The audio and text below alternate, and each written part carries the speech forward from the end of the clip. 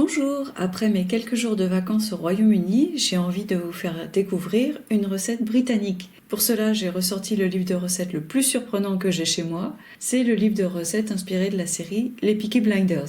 Et aujourd'hui, je prépare une tarte salée aux bêtes, betteraves et champignons. Il faut une pâte à tarte, feuilletée c'est meilleur ou brisée c'est plus diététique, 50 g de beurre qu'on va utiliser en 2 fois 25 g, 10 tiges de thym, 200 g de bêtes, on va utiliser les côtes et les feuilles, 3 betteraves, 3 œufs, 200 g ou 200 ml de crème liquide légère ou entière, c'est comme vous voulez, 100 ml de lait, 50 g de parmesan, du sel, du poivre. Et pour mettre au-dessus de la tarte, ce qui va lui donner un joli aspect, 250 g de champignons, 3 gousses d'ail, 10 cerneaux de noix et une poignée de verdure, du cresson, du persil ou alors le vert des oignons nouveaux. C'est une recette évidemment qu'on peut adapter avec ce qu'on a à la maison. On commence par faire cuire la pâte à tarte à blanc, 15 minutes dans un four préchauffé à 180 degrés. Pour cela, je dépose la pâte dans un moule, je la recouvre d'une feuille de papier sulfurisé et j'y dépose des billes d'argile. On peut aussi mettre des légumes secs. L'idée, c'est d'éviter que la pâte lève trop pendant la cuisson.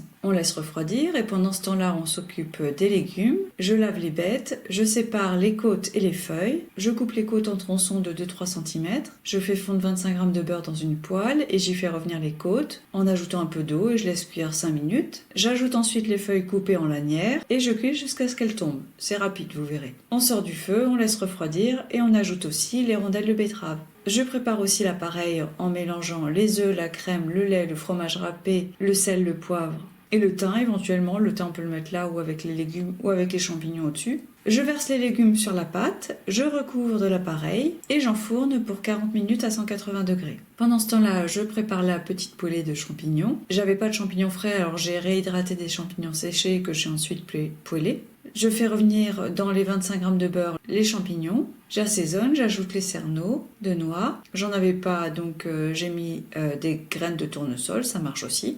Et quelques noisettes récupérées dans le noisetier. Et je répartis tout ça sur la tarte une fois qu'elle est sortie du four. Il reste ensuite à déposer la verdure également. Cette tarte est vraiment très sympa, elle a beaucoup plu à la maison. A bientôt pour d'autres recettes. Et d'ici là, vous pouvez aussi découvrir toutes les autres recettes de tarte salée que j'ai déjà proposées sur ma chaîne YouTube.